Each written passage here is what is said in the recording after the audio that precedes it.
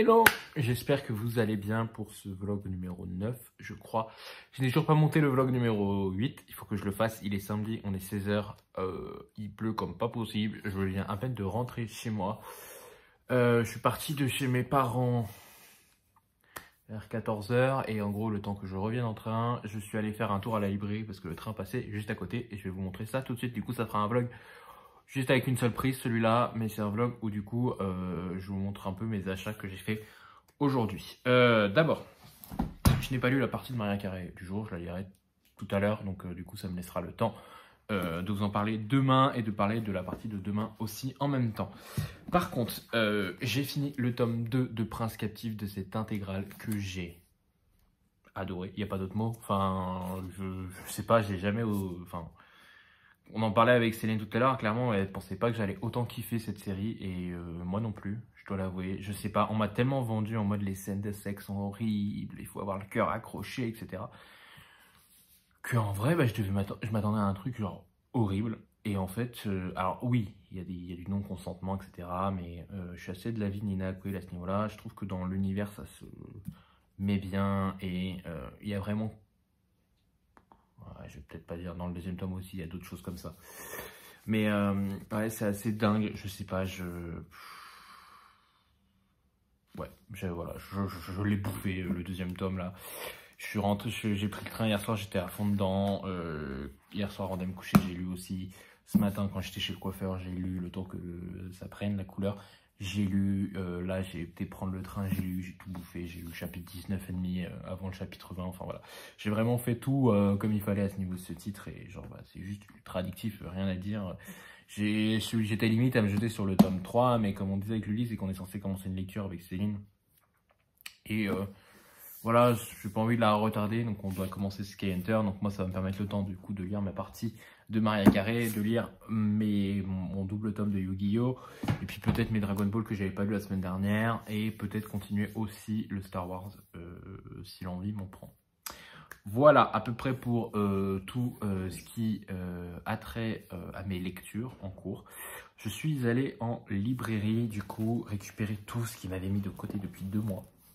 Parce que je suis pas allé le mois dernier avec le no-buy. Donc du coup, je romps officiellement mon no-buy. Et j'espère que ce sera mes seuls achats de ce mois-ci. Non, il y en a un autre qui va arriver en livre. C'est le tome 5 de Second Ocumen. Mais je le compte pas comme étant tome dans ma palle, étant donné que j'ai déjà lu l'e-book. Il était déjà dans ma palle que j'ai reçu en service presse. C'est juste que je vais acheter le papier. Mais bref, dans ce cas-là, j'aurais été à 6 romans, 7 avec le Second Ocumen. Et 3 graphiques, ce que je trouve plutôt raisonnable dans l'ensemble. Après, évidemment, il va y avoir les cadeaux de Noël, donc ma palle va continuer à grossir. Mais mon objectif était quand même de consommer un peu moins les livres. Et je pense que je vais continuer dans cette démarche à ce niveau-là. Qu'est-ce que t'en penses, Blanche, hein? On s'est pas vu depuis longtemps et papa, il prend pas le temps de s'occuper de toi, de te faire un câlin, etc. En plus, papa, il sent le chat parce qu'évidemment, il y a eu le petit bébé et puis il y a eu le gros pépère. Bref. Niveau graphique, déjà, j'ai acheté le tome 36 de My Hero Academia. J'hésitais à prendre le collector. En fait, j'avais le collector dans la main quand j'étais dans la librairie et je voyais le tome 37 et tout. Et en fait, la couverture du tome 37 collector me plaisait pas plus que ça. Je préférais celle-là. Il y avait un petit truc d'un personnage, un stand acrylique, m'intéressait pas non plus. Et il y avait un bouquin sur le film d'animation qu'il y a. Pareil, m'intéresse pas. Je me suis dit, est-ce que j'en ai vraiment envie ou est-ce que j'achète un collector parce que c'est un collector de My Hero Academia?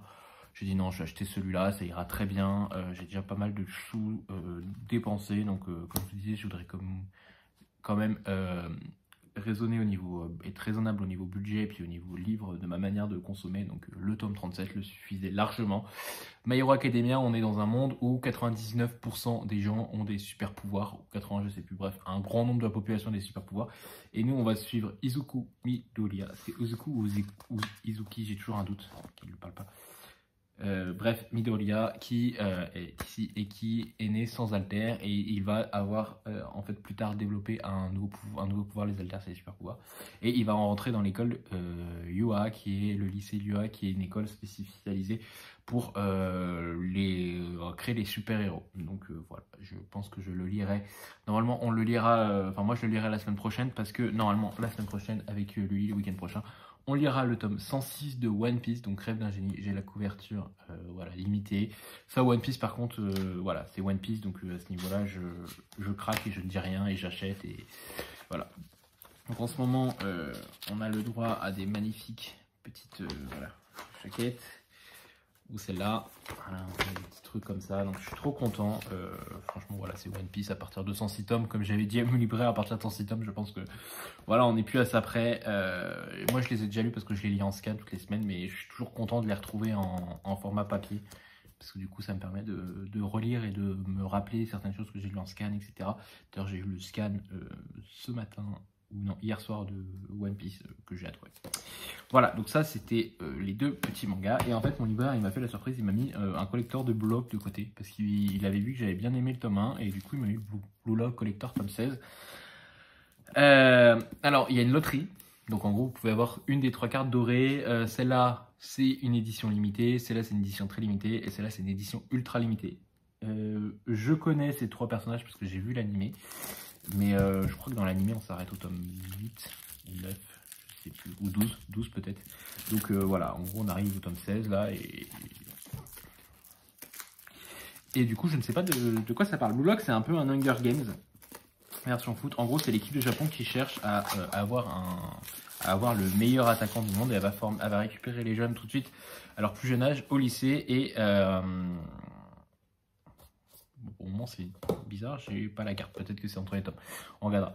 Et du coup Blue Lock, je vous disais, c'est un animé où en gros ils vont récupérer au lycée des talents prometteurs et ces talents vont s'affronter dans différentes épreuves et s'ils échouent aux épreuves, ils n'auront plus le droit d'entrer dans une équipe de haut niveau du foot. Donc voilà, ils jouent leur vie, c'est un peu le Hunger Games parce que pour eux le foot c'est toute leur vie. Bref. Alors, donc là, le tome 16, il a une jaquette réversible. Hop, ça tombe bien, je ne sais pas qui c'est. Donc voilà, et hop, voilà. Donc je ne sais pas, voilà, j'ai ça. Je vais pas chercher plus loin. Donc ça, c'est le tome 16. Hop, il y a la carte devant moi, mais je n'ai pas de visu. Je ne sais pas si je peux l'avoir, donc je ne vais pas vous la montrer. J'ai eu ça, donc je pense que c'est un guide, parce que c'est écrit Blue Lock Égoïste Bible. Illustration couleur. Oui, c'est ça, c'est un peu le truc, un peu des explications. Vous avez des dessins et tout. Je peux pas trop vous montrer les dessins étant donné que c'est un tome 16 et que j'ai pas envie de me spoiler, j'ai pas envie de vous spoiler. Ok, donc la carte elle est protégée, on voit pas ce que c'est. Donc, si c'est la numéro 11, on a l'édition limitée. Si c'est la numéro 8, on a l'édition très limitée. Si c'est la numéro 7, on a l'ultra limitée. Vous savez que moi ça ne me changera rien, j'aurais pas l'impression de... Ah, et bah surprise. Je pensais qu'elle allait être encore plus cachée, mais j'ai la numéro 8, donc j'ai l'édition très limitée. J'ai pas la ultra limitée, j'ai la très limitée, donc la numéro 8. Bah écoutez, j'ai sur 9000, c'est la 5879. Bah, écoutez, c'est mon libraire qui a une main chanceuse, parce que c'est pas moi qui l'ai choisi. Voilà, donc c'est Bakira. Donc oui, je me souviens de lui, ce personnage, on le voit dès les premiers épisodes de l'anime. Donc voilà, j'ai eu cette petite carte. Je sais pas ce que je vais en faire. Je vais laisser traîner, je pense. On verra ce que ça donnera.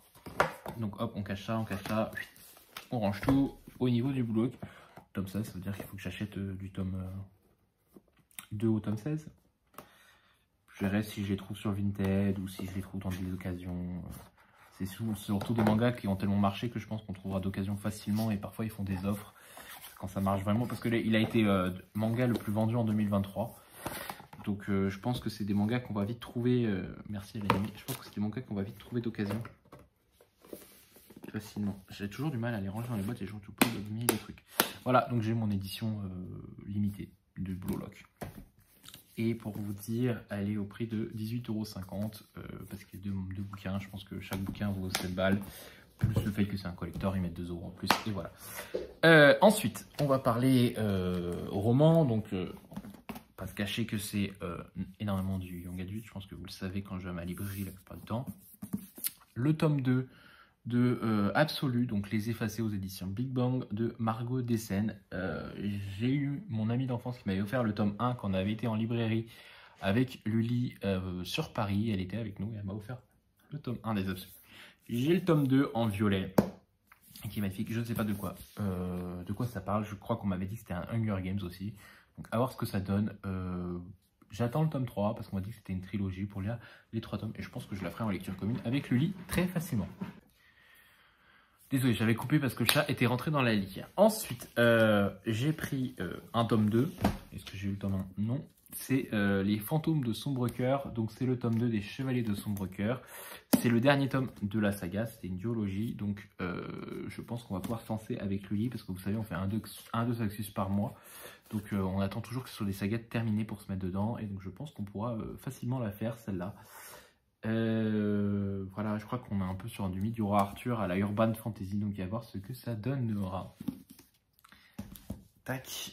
Ensuite, j'ai pris Une ombre dans la braise de Jennifer L. Armentrout. C'est le préquel à sa saga Le sang et la cendre. J'avais lu le tome 1 que j'avais beaucoup aimé. J'ai le tome 2 et le tome 3 dans ma palle. Est-ce que je les ai eus? Je ne répondrai pas à cette question. Donc voilà, c'est le préquel et je crois qu'elle a prévu de faire une saga de son préquel. Donc en gros, il faudra bien penser à lire entre les tomes, parce que là, il se lit vraiment après le tome 3, de ce que j'ai compris. Et après, on pourra reprendre le tome 4 de la saga du sang et de la cendre. Mais après, il y aura peut-être encore un tome préquel et tout. Bon, bref, ça a l'air d'être... Jennifer Lamantrou a l'air d'être une autrice très prolifique. D'ailleurs, il est ouvert, il respire, il a un trou pour respirer dans l'emballage. Mais voilà, je suis très content. Comme d'hab, je les déboxerai que quand je les lirai. Ceux-là. Surtout qu'en plus j'ai déjà le tome 2 et le tome 3 à lire avant, donc ça ne sera pas tout de suite. J'ai aussi craqué, parce que moi on me parle de super-héros, hein, voilà. J'ai craqué pour la duologie Les Extraordinaires de TJ Klune. Donc là je crois qu'on va être sur du super-héros avec des fanfictions.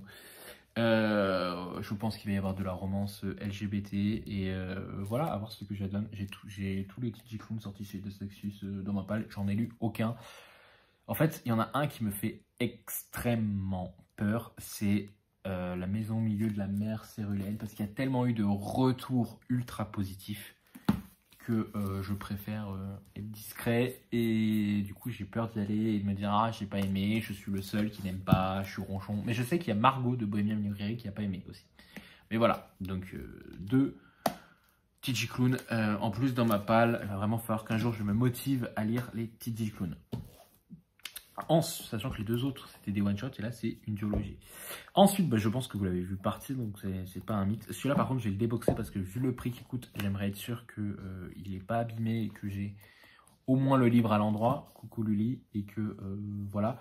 J'ai pris évidemment Babel aux éditions de Saxus, un titre qui était énormément attendu. On l'a vu tourner partout. On est sur le thème de la Dark Academia,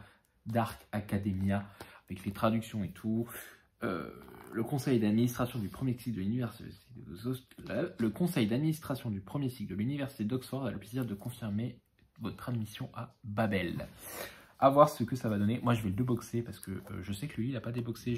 J'avais envie de lui dire, tu es courageuse, étant donné que tu as déjà eu la surprise avec le Havre Fizel qu'il était imprimé à l'envers. Moi, perso, le Babel, je vais l'ouvrir et je vais regarder. Et s'il est imprimé à l'envers, je vais vite aller les voir. Hein, en librairie pour qu'ils le renvoient. Parce qu'au prix où ils coûtent, bon, je pense qu'ils ont quand même fait hyper attention, mais on n'est jamais à l'abri d'un problème au niveau de l'impression. Ils n'ont pas pu vérifier sous leur... parce qu'on est quand même à 35 €. Hein. Bon, c'est vraiment une édition ultra collector, limitée, avec le coffret. Il a été élu British Book Award meilleure fiction 2023, prix Nebula meilleur roman 2023, prix Locus meilleur roman fantasy 2023. Ah bah, il en a eu des prix le monsieur. Hein. Il n'avait pas eu un prix aussi avec Goodreads, peut-être. Donc voilà, la bête, le beau bébé, hop. En tout cas, il glisse tout seul du coffret. Je trouve que le jage-page est pas si bien fait. Je trouve que ça rendait beaucoup mieux en vidéo. Je sais pas, je trouve qu'il... Là, de loin, on voit, mais de près, je trouve qu'on voit bien les détails. C'est dommage. Oh, il est magnifique. C'est sublime. La jaquette. Donc, voilà, avec le Babel, le résumé, la carte. j'imagine. Hop, le livre du coup, un acte de traduction est toujours un acte de trahison. Hop, avec le magnifique Bebel. Et là par contre il est tout noir. Ils auraient pu mettre quelque chose, c'est dommage. Des fois je trouve que c'est un peu dommage sur certains trucs. Il est sublime, l'intérieur est sublime. Alors, évidemment, je vais tout de suite regarder, il a l'air d'être imprimé à l'endroit. Une carte qu'on a sur la jaquette. Ouf. Les pages sont déchirées ou c'est juste froissé? C'est juste froissé, on va pas être chiant. Je sais pas si vous voyez, voilà, c'est froissé en fait sur la page. Plan de Babel. C'est les premières pages qui sont un peu froissées. Pourtant il était unboxé, donc c'est quand même dingue. Ok.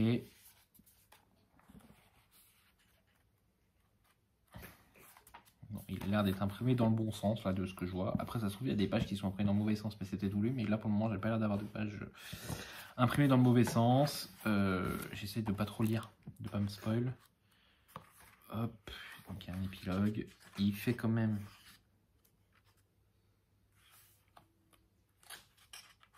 « 765 pages. C'est un beau bébé, hein. C'est un beau bébé. Bah, à part peut-être le jage-page là que je suis un peu déçu parce qu'en vrai il est pas très beau je trouve. Et les pages un peu abîmées là. Comme je vous ai montré là. Vraiment ça c'est que les premières donc c'est un peu chiant mais bon. Je pense qu'ils y peuvent rien en librairie, il était bien unboxé et tout. Bref, voilà. Déjà qu'elle en a chié pour me le récupérer parce qu'à la base elle l'avait commandé, elle l'avait pas reçu. Et du coup je l'ai alertée, elle m'a dit ah je vais vite le recommander. Enfin, je l'ai alerté, j'avais dit est-ce que vous l'avez reçu parce que du coup elle m'a dit non on l'a pas reçu alors qu'on l'avait commandé donc du coup elle a rappelé le représentant pour en recevoir un. Enfin bon voilà. Ah oui il y a un petit signet aussi doré.